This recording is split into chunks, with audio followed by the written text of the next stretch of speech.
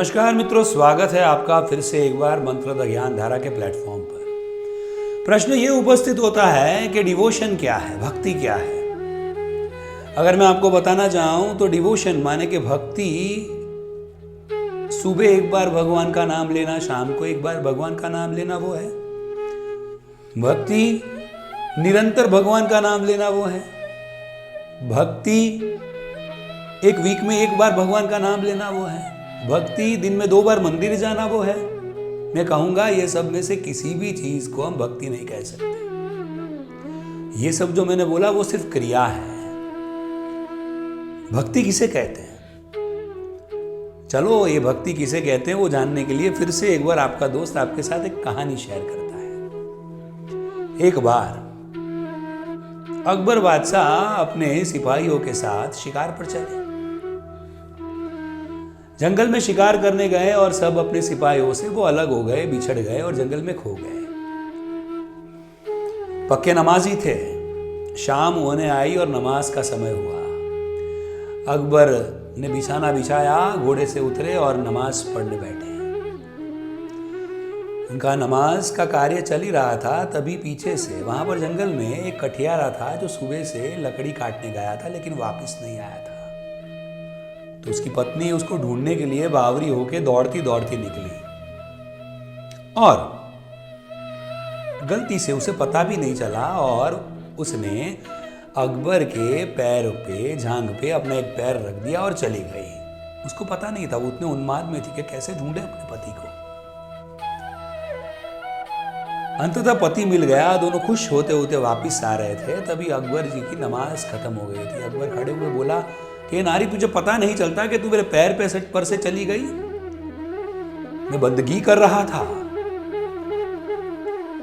स्त्री ने बोला, माफ कर देना, क्षमा करना। मेरे पति थे जो सुबह से नहीं आए थे और मेरे मन में सिर्फ उनके ही विचार थे कि उनको कैसे ढूंढूं, इसलिए मेरा ध्यान न रहा। अकबर ने बोला, ऐसा ना चले।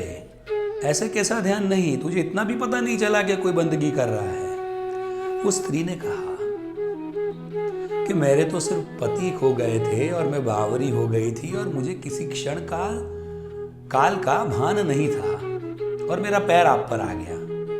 आप तो मेरे से भी बड़ा काम कर रहे थे। आप खुदा की बंदगी कर रहे थे। और अगर आप खुदा की बंदगी कर रहे हो तो आपका ध्यान उसमें ही होना चाहिए। उसकी वजह, उसके मुताबिक और उसके बावजूद भी आपका ध्यान कहाँ पर गया? मेरा पैर आपकी जांघ पर पड़ा, उस पर। तो ऐसी बंदगी का क्या काम किया?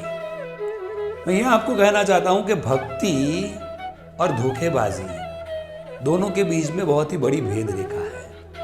हम ऐसा सोचते रहते हैं कि मैं नियमित रूप से ये कर्म करूंगा, ये धर्म करूंगा तो मैं बहुत बड़ा भक्त हूं।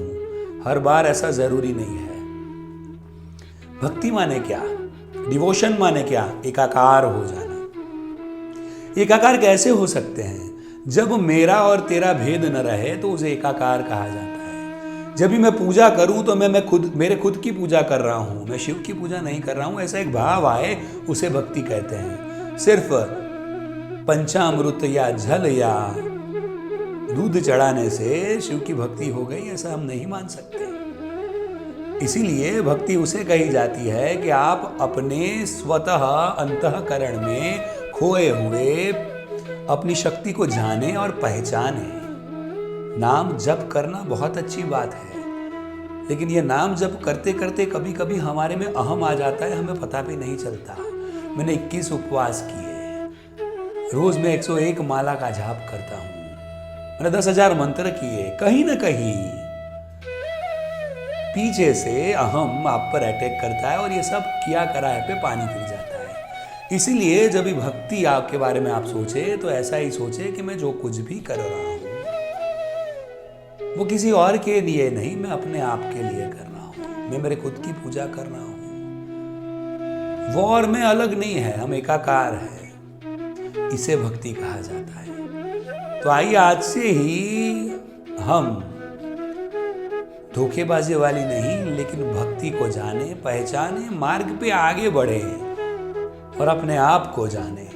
यही विचार के साथ मैं अपनी वाणी को विराम देता हूं। अगले एपिसोड में फिर से एक बार नए विचार के साथ मिलेंगे। तब तक आपके सहायक मित्र डॉक्टर भाविक स्वाध्याय को इजाजत दीजिए।